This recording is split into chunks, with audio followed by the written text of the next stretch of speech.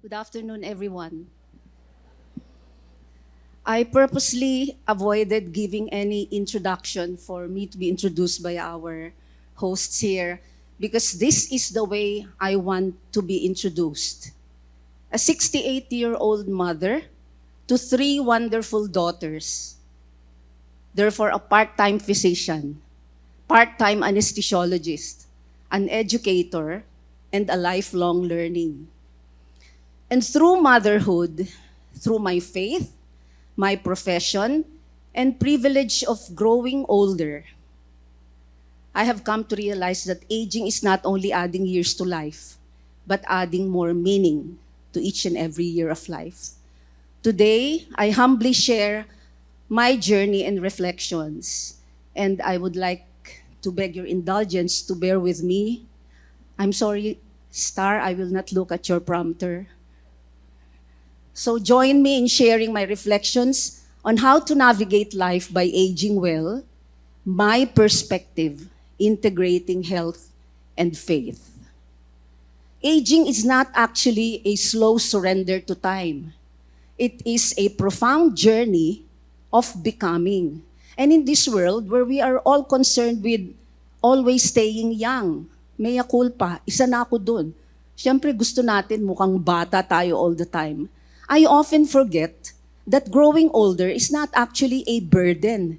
It is actually a privilege to be able to navigate life with more wisdom and more purpose. When I received my second citizenship back in the year 2017, when I turned 60, I actually changed asking questions to my patients and any encounter. I refrained and shifted the question of, and instead of asking, how old are you? I turned to, what can you still do? And what matters most to you? I think reframing the question about aging becomes a journey of capability and meaning. No, so what is important is we can still focus on the things that we're expected to be able to do. We should be able to learn despite our age. We should be able to enjoy whatever gives fulfillment to us. We should be able to contribute to the people of our community aside from our families. And we should be able to connect because isolation is very, very dangerous. And of course, we must be able to focus and prioritize what else is most important.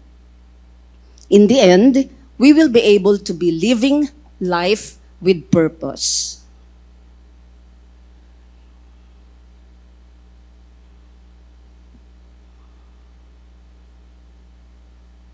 The World Health Organization has created a framework for healthy aging, and this included the following. We must be able to meet the basic needs, meaning we can take care of our daily activities and we are able to personally take care of ourselves. Second, we must still be able to learn new things, to grow, and to be able to decide for ourselves.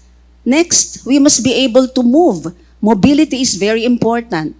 Next one, we must be able to build relationships despite our age, social connection, and community engagement, just like what you have now. I really admire this. And of course, to be able to contribute to society and not be a burden. These are the pillars of longevity and well-being. We'll take them one by one. First one, we have to have healthy nutrition. And what is healthy nutrition?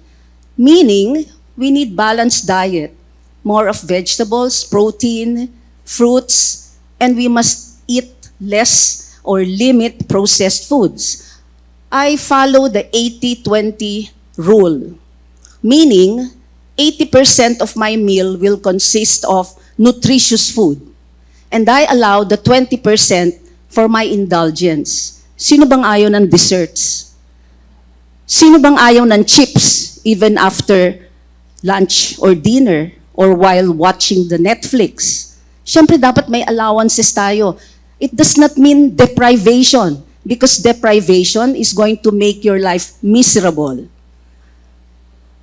Next pillar, regular physical activity. We need to do this daily. It must be doable and sustainable. The advice is to have 150 minutes for every 65-year-old and older. That 150 minutes will be for a week.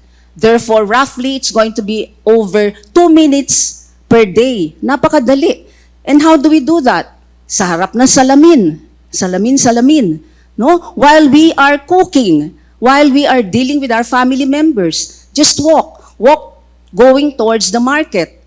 This will improve our cardiac function and maintain our muscle mass. So I'll show you why movement is the single prescription for aging well. Keep moving every day. Look at Ian Mark Kamangkang. You know, guys, I admire this guy so much. Far from the people at the top of the helm of our government. Itong tao pong ito, a mountain climber, a rider, a nature lover, and the trending online pitik queen. Siya yung hawak mo ang beat. Na-invite ni Jessica Soho. And why do I admire him? Because being or having a lot of endorsements, do you know that he allocates his earnings for outreach programs supporting the underserved communities of his barangay? Unlike this group of men and women misusing their body, not realizing that that changes their brain. Alam niyo, prolonged sitting has been called the new smoking. Parating nakaupo, nagmimerienda, pakapi-kape. Right, guys? Prolonged sedentary behavior is linked to thinning of the medial temporal lobe. May isang parte ng utak na numinipis. And the brain degrades in function. Kasi ang brain natin is very sensitive to a lack of stimulation. So kung hindi siya ginagamit, unti-unti siyang magsishrink o mawawala. So following the principle, use it or lose it. So now I realize, kaya pala these men and women become less efficient. Now you know.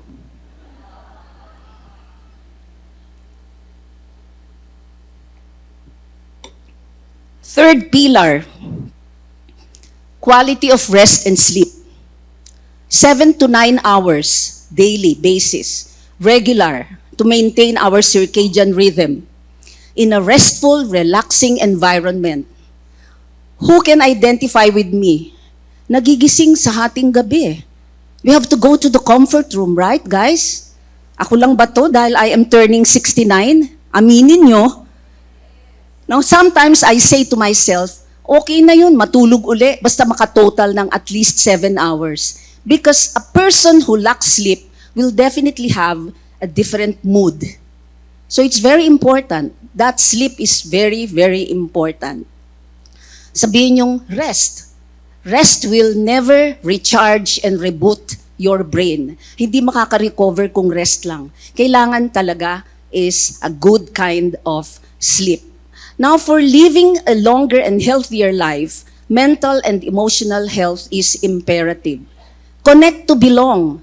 Loneliness is as serious as hypertension and it leads to heart diseases, etc. No? Including depression, dementia, and Alzheimer. So, attend faith-based services, just like what you do, 4 times a month. Imagine, it can prolong your life 4 to 14 years. Count me in, brothers and sisters here. Dadating na ako. I hope you're familiar with the Blue Zone Centenarians. Ito po yung mga from Okinawa, Japan, from Italy, meron din Costa Rica, meron din sa Greece. These are the people who live up to and beyond 100. You know the reasons? Because they have common environmental and lifestyle habits. They move naturally every day, lakad-lakad. They prioritize family and loved ones. And they even nurture their parents and grandparents within their homes. And they curate strong, health-conscious social circles. They also commit to life partners and invest time and love in their children. And they keep their aging parents and grandparents with them. So, pwede natin gawin yan, no? It's all about us. So, dear friends, as I looked at those 5 pillars, I realized that my health is not static. In my 30s and 40s, I was just focused in the rat race and fast pace of my profession. Yun bang I have the drive to do and I have to prove myself. Imagine 13 surgical operations in 24 hours and I was still up and about. Parang very energetic ako. It was the phase where I have my highest physical output. Then fast forward to 60s, my perspective radically transformed. From that intense daily grind, it turned into the rewarding space of institutional leadership, academic administration, and senior mentorship. And my ultimate joy became preparing and encouraging the next generation of medical minds, future doctors. My transition actually mirrors the exact spiritual and physical shift of my healthy aging, from a life defined purely by physical doing to that of purposeful being. Sabi ko sa sarili ko noon, I might not be able to achieve anymore if I do that. That's wrong, because achievements will only assume a different level or even a higher form. So for 44 years and counting, guys, I was the doctor and I still am, speaking with confidence and encouraging my patients.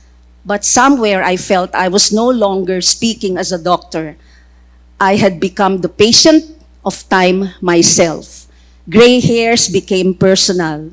Fatigue more familiar. 1, 2 surgical operations, masakit na ang aking balakang. Recovery after even a minor illness takes slower.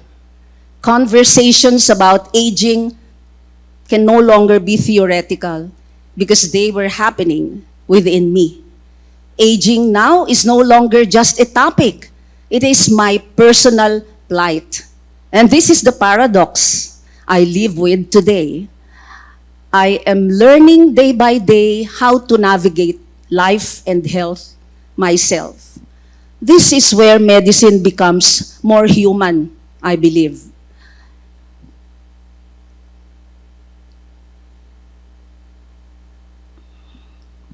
So this is to share with you my 68-year milestone. I refired and never retired. I am not retiring from life. Instead, I am experiencing what I call refirement, igniting a brand new season of purpose, growth, and contribution. Far from stepping back, I'm actually graduating into new horizons. Guess what? Very recently, I went back to school, taking on further studies to sharpen my skills further. And rather than slowing down professionally, I also stepped into a new job because the UST Faculty of Medicine and Surgery has finally retired me at the age of 68. I accepted another job in another medical school. To me, this is what longevity looks like in actual practice. It is not fading away. It may have changed my physical life, but my spiritual and intellectual fire burns brighter than ever. When people ask me, everywhere I go, how do I manage to weave all these pieces together at 68?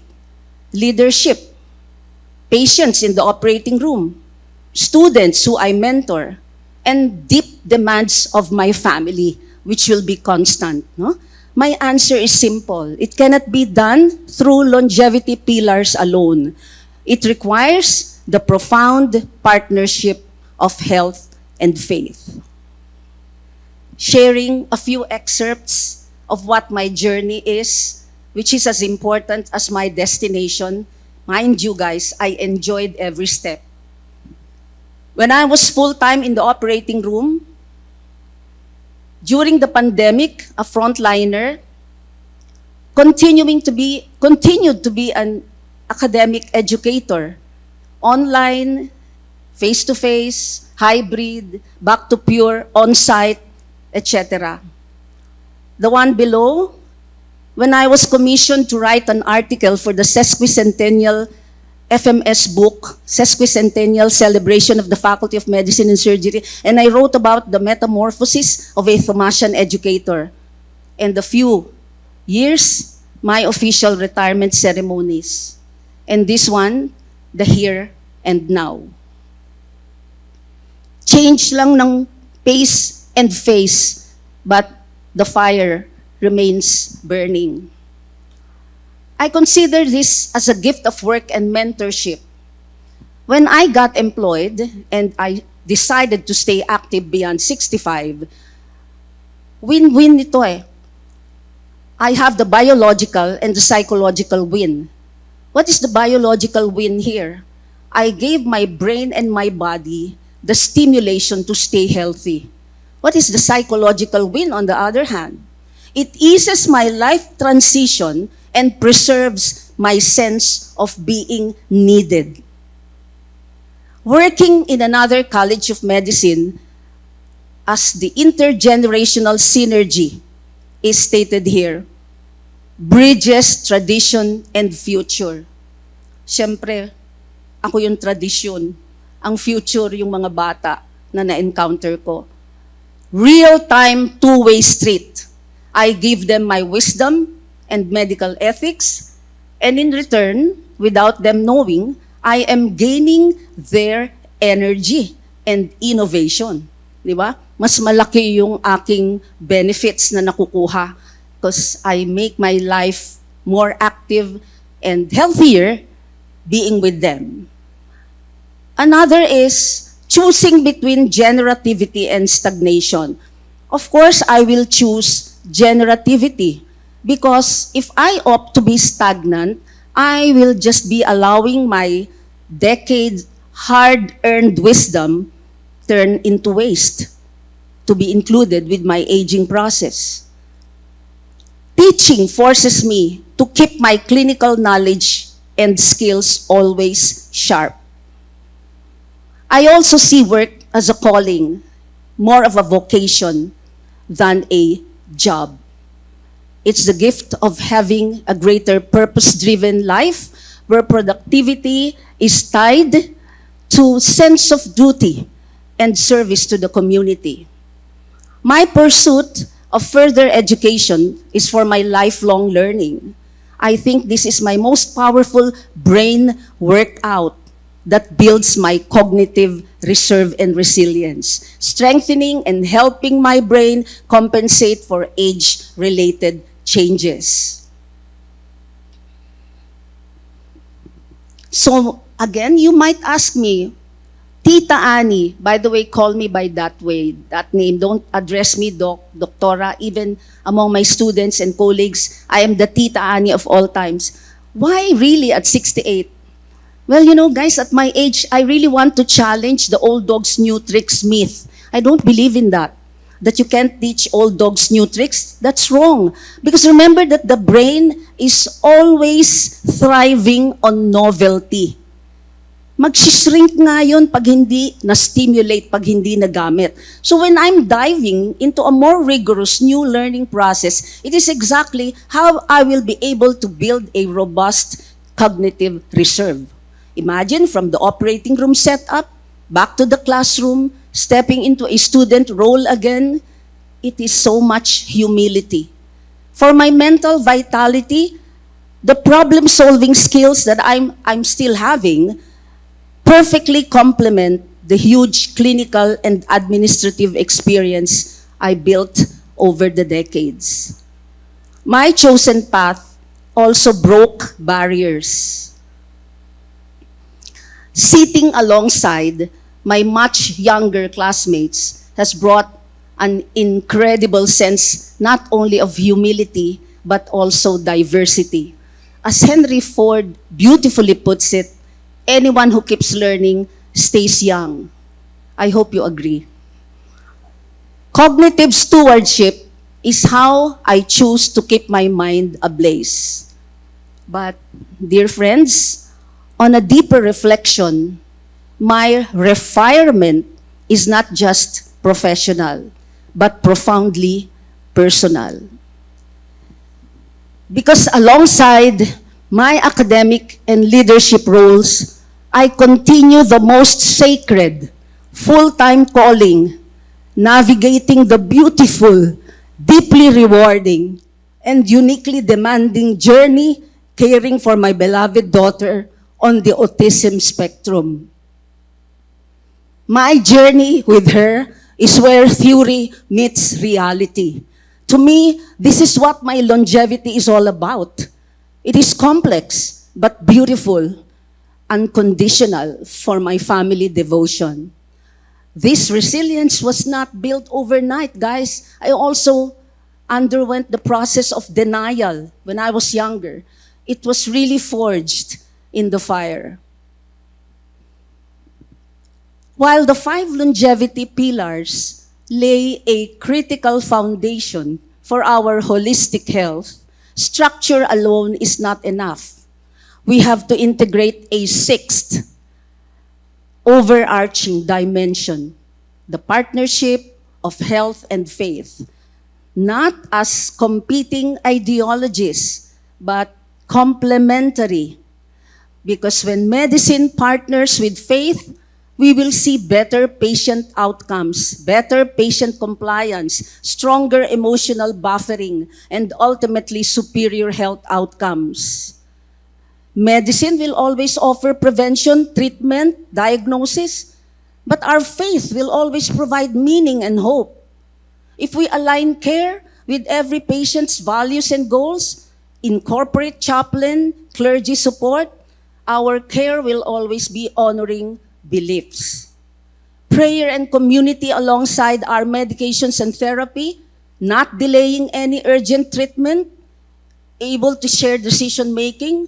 I think this is setting clear boundaries for the best outcomes. These spiritual principles have given me the true quality and purpose in life. Looking at the human body as a gift from God and advising my patients the same, I think this is teaching stewardship. Aging as a time of grace by my shifting from doing to being. I do the 2-minute sacred pause.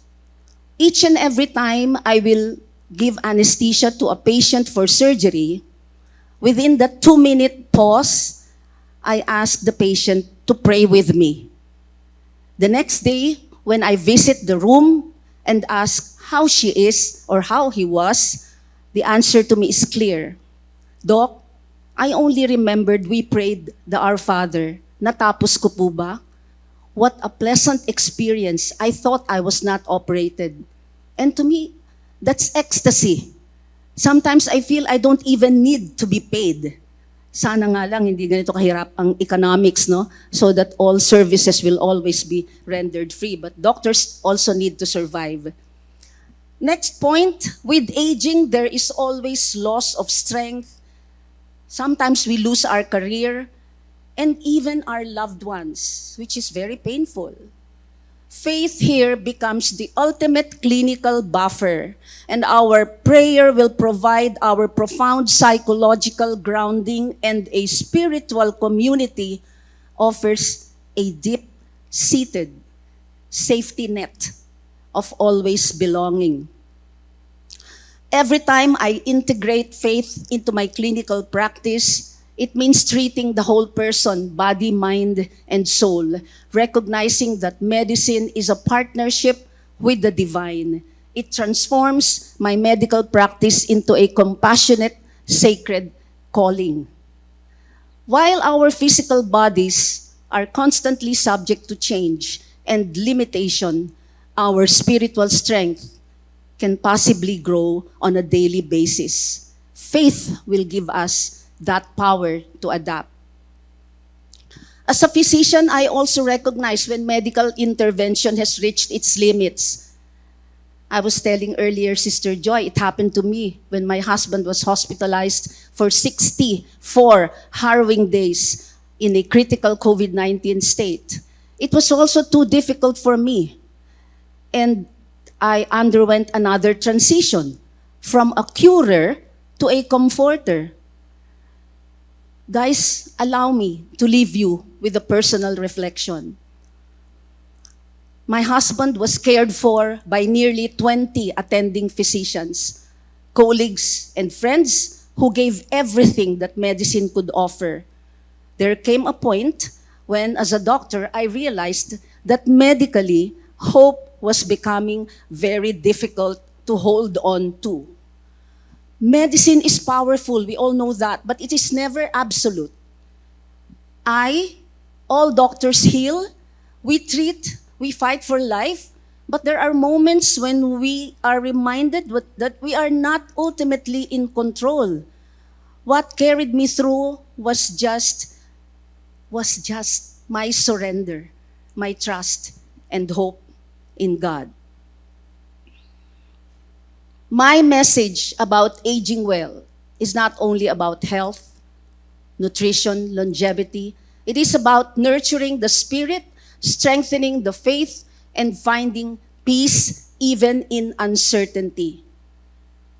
When you witness a miracle like this, hindi siya nag-play.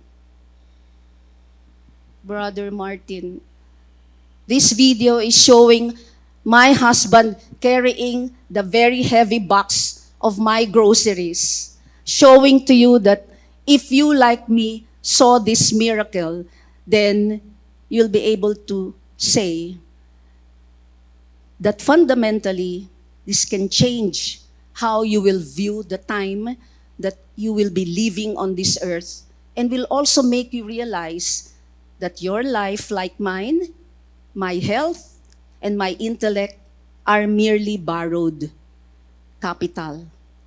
I am not the owner. I am merely the steward. Thank you very much for allowing me to share my personal reflections.